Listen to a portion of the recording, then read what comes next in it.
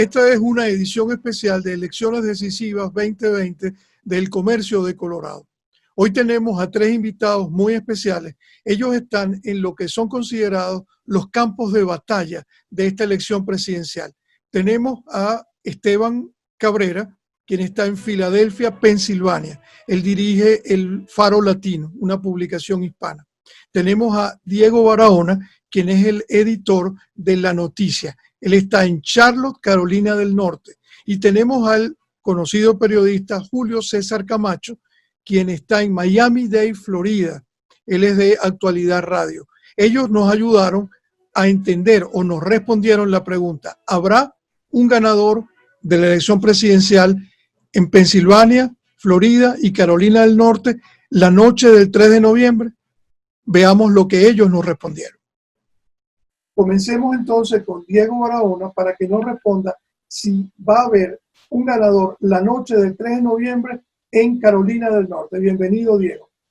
Tal, Jesús, un saludo para ti, para Esteban, también para Julio César.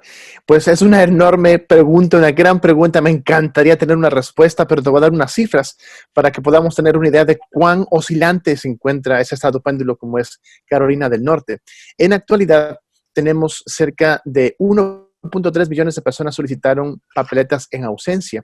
Sin embargo, apenas 928,000 han sido entregadas a la Junta Electoral. Es decir, hay cerca de 400,000 papeletas en ausencia que han sido solicitadas y todavía no se han entregado.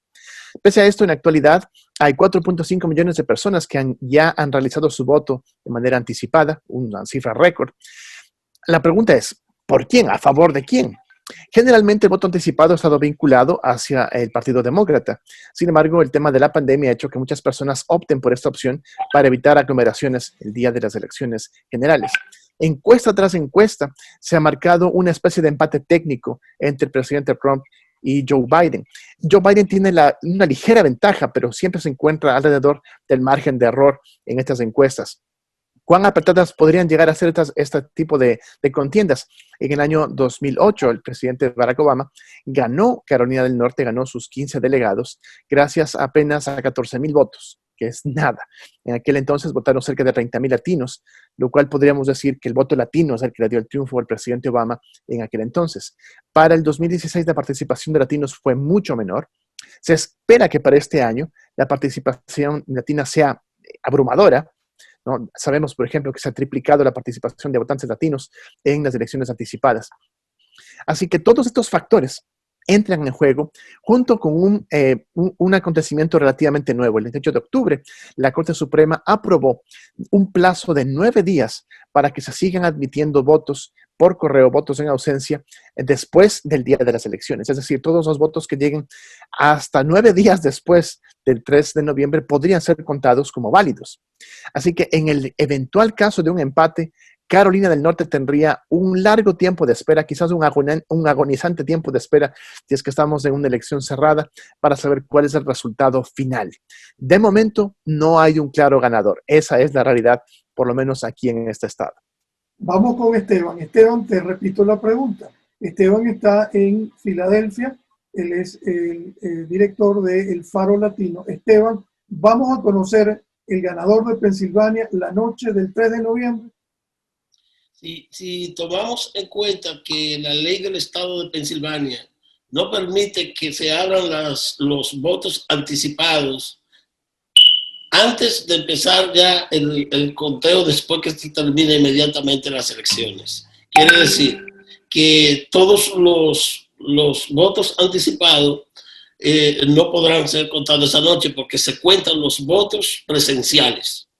Quiere decir que es muy improbable, a menos que no haya un fenómeno de una avalancha, sea de un lado o al otro, que sea avasallante el triunfo de uno de los partidos. Es muy improbable que se pueda conocer los resultados del estado la misma noche del 3 de noviembre. Sin embargo, vuelvo y repito, que los republicanos tienen una estrategia de declararse ganadores, porque van a enviar a toda su gente a votar presencialmente el día de las elecciones, y esos son los primeros que se cuentan. Así que aquí se están previendo problemas. en el estado de Pensilvania se están previendo problemas. Ustedes saben que en Filadelfia ya hay preparado toda una infraestructura de movimientos que podrían alterar el orden público incluso. Se están esperando muchas cosas que no son muy halagüeñas, que no nos presentan un panorama positivo. Se están esperando disturbios precisamente el día de las elecciones. Si no hay unos resultados claros, digamos al día siguiente, que no lo van a ver tampoco, entonces se esperan disturbios y se esperan problemas aquí. Ahora, Julio César, vamos contigo. Julio César Camacho está en Miami-Dade, otro punto, vamos a decirlo, neurálgico para esta elección presidencial. Julio, ¿cómo podemos anticipar un ganador en Florida la noche del 3 de noviembre? Bueno, Florida tiene un récord, Jesús. Un saludo cordial para ti, también para Diego y Esteban. Un punto importante es recordar el año 2000, cuando hubo que contar tarjetica por tarjetica y ver huequito por huequito para saber qué pasaba, y la elección se conoció con resultados finales más de 30 días después y por una decisión de la Corte Suprema de Justicia. O sea que eso incluso parece un fantasma que está presente en este momento en estas elecciones. De Florida te puedo decir que, teniendo ese antecedente, hay que pensar también que Florida mejoró el sistema de votación, se ha modernizado mucho más, y por lo menos por la parte de Florida pareciera que va a haber un resultado mucho más expedito que lo que ocurrió en el año 2000 o en años posteriores. Sin embargo, hay que pensar que Florida va a ser un estado muy cerrado también en estas votaciones. Tan es así que los dos candidatos, Biden y Trump, también sus aspirantes Pence y Kamala Harris, han visitado el estado innumerables veces. Tanto así que este domingo a la medianoche se esperaba a Donald Trump en el estado de la Florida para una última reunión de campaña pública. En todo esto hay que pensar que Florida ha sido un estado decisivo. Además, cuenta con uno de los números de votos electorales más altos en el país. Es el tercero, conjuntamente con Nueva York. Los dos estados tienen 29 votos electorales, Nueva York y Florida. El primero es California, luego Texas y después Florida y Nueva York. Entonces, ¿qué pasa? Estos votos son muy importantes.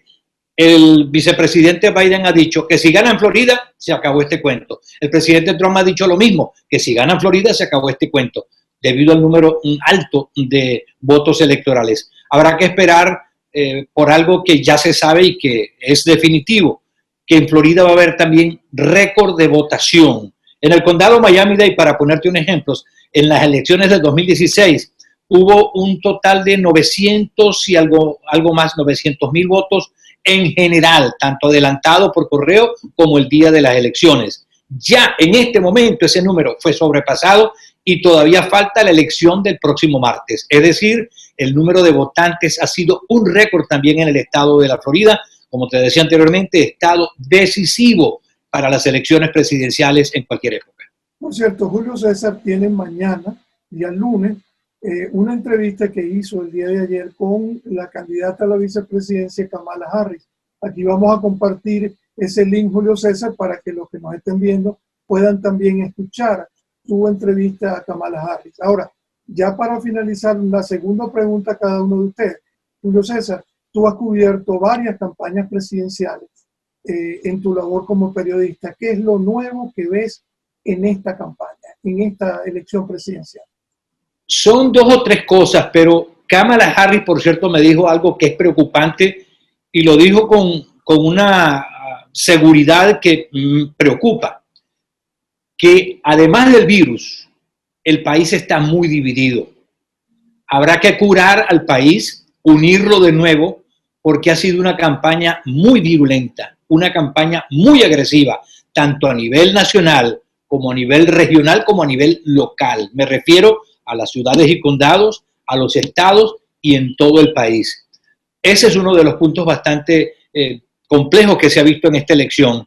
Las campañas que se han hecho por televisión, por radio, por prensa escrita, han sido tan agresivas que muchas personas dicen, ¿por qué tanta agresividad cuando Estados Unidos ha sido modelo de lo que son las campañas electorales? Y aunque en ocasiones hay un poco de excesos, nunca como ahora. Esa ha sido una de las cosas. Lo otro, evidentemente, el récord de votantes. Es probable que en esta oportunidad, en todo el país, haya récord de votantes y me parece extraño que algún estado quede por fuera en esta clasificación.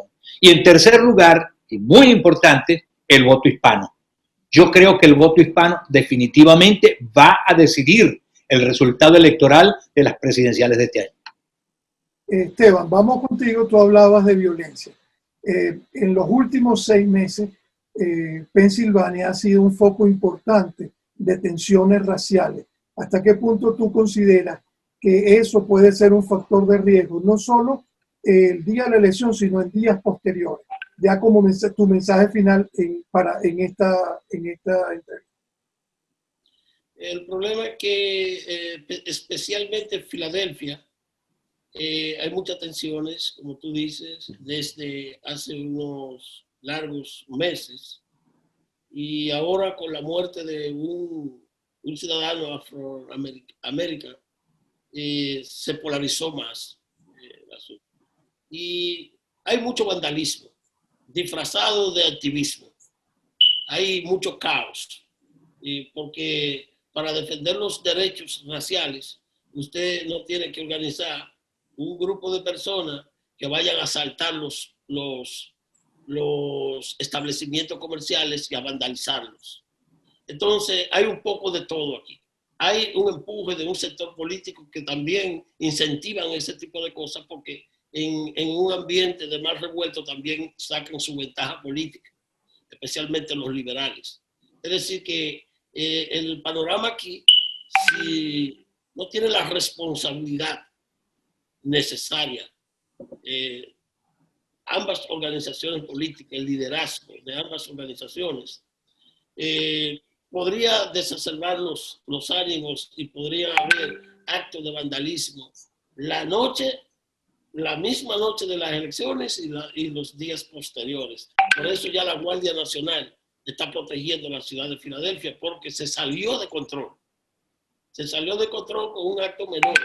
Imagínate tú entonces, cuando ya venga una avalancha más organizada, es un asunto de caos y de tristeza, de una cosa como decía el colega de Florida, que es imposible que en la democracia más grande del mundo estemos presenciando acontecimientos tan lúgubres como estos. Pero lo que se espera aquí, si no hay responsabilidad, y son cosas que no son muy halagüeñas.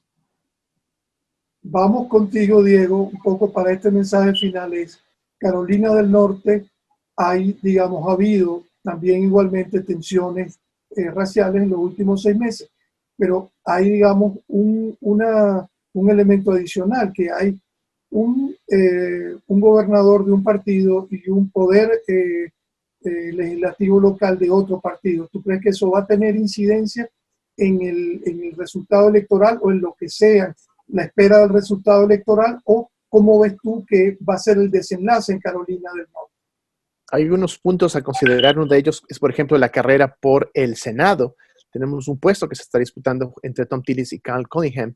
Una carrera que ha estado marcada por la polémica porque Thom Tillis, el candidato republicano que actualmente es senador, minimizó la pandemia de coronavirus, se contagió de coronavirus y comenzó a tener cierta resistencia de parte de los votantes. Al mismo tiempo, Cal Cunningham, el votante demócrata, se involucró en un escándalo sexual, lo cual también generó un impacto en los votantes. Y este era nuevamente un puesto clave para poder cambiar, al menos desde la perspectiva de los demócratas, el poder o balancear el poder en el Senado. Esto queda también al aire. Vamos a tener que esperar hasta los resultados finales. En cuanto a las tensiones, sí, han habido bastantes tensiones. El primer día del voto temprano ya hubo una denuncia de parte de una organización latina de un intento de intimidación de votantes por parte de un monitor identificado como republicano en contra de votantes latinos. Ayer, el alguacil del condado de Alamance mandó a sus oficiales a que me rocíen spray a un grupo de manifestantes pacíficos, quienes se acercaban a votar. Entonces, las tensiones también están elevadas como en muchos otros puntos del país. Y ciertamente vivimos una época en la cual cada grupo está viendo lo peor de su contrincante y eso es lo que quieren explotar, el voto contrario en lugar del voto propositivo. Pese a esto, hemos visto también como un cambio de que las prioridades de los votantes también han cambiado. En el año 2016 la inmigración estaba en uno de los puntos más álgidos de la discusión. Hoy apenas se la menciona.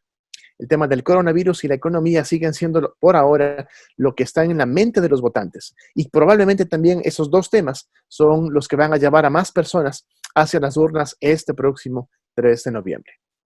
Bueno, muchísimas gracias a Esteban, a Diego y a Julio César por haber conversado con nosotros sobre este tema. Y al que no nos están viendo, simplemente hay que decirles que vayan a votar y esperen con calma el resultado electoral para que esto sea más algo que celebrar la fiesta de la democracia y no el que se tenga que contar hechos lamentables en este proceso electoral que debería ser la fiesta de la democracia. Pero ahí está todo y seguiremos en contacto con ustedes. Gracias.